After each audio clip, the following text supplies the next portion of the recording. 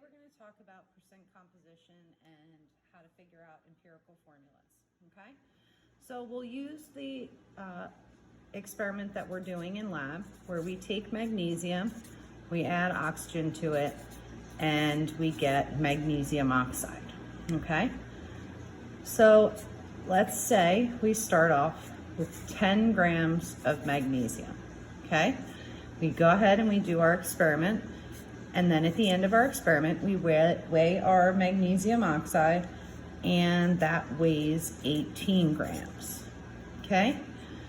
So by figuring out that we have 18 grams of magnesium oxide and we started with 10 grams of magnesium, we can determine that we used 8 grams of oxygen, okay?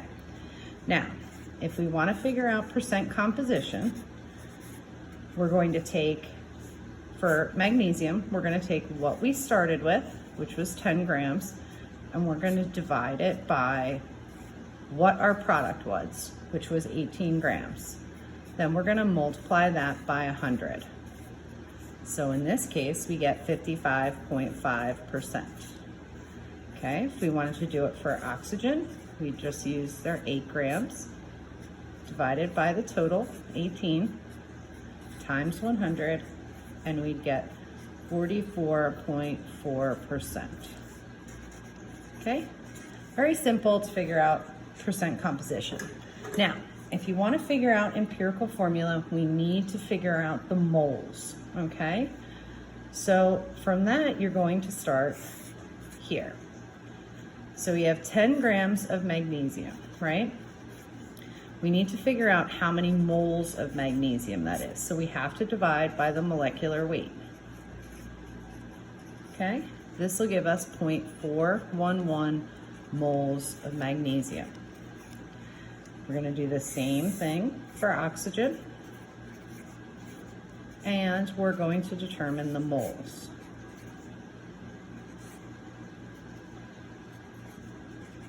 Okay, so when you need to figure out empirical formula, you have to look at the moles and determine which one is the smaller moles. So in this case, the smaller moles is the magnesium.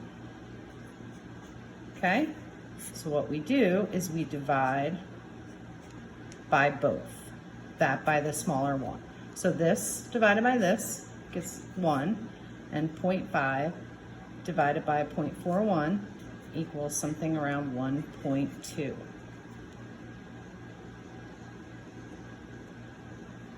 Okay, now general rule of thumb, I say if this is like less than 1.1, you can just round down to 1. Anything over that, you're really going to have to figure it out. So now we need to figure out whole numbers. Okay, so this is a whole number, obviously, but we need to get this into a whole number. So we have to figure out what do I multiply this by to get this to be a whole number.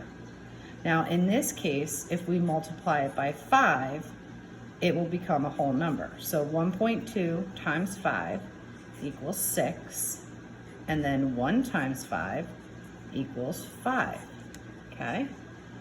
So if that's the case, then your empirical formula would be Mg5O6.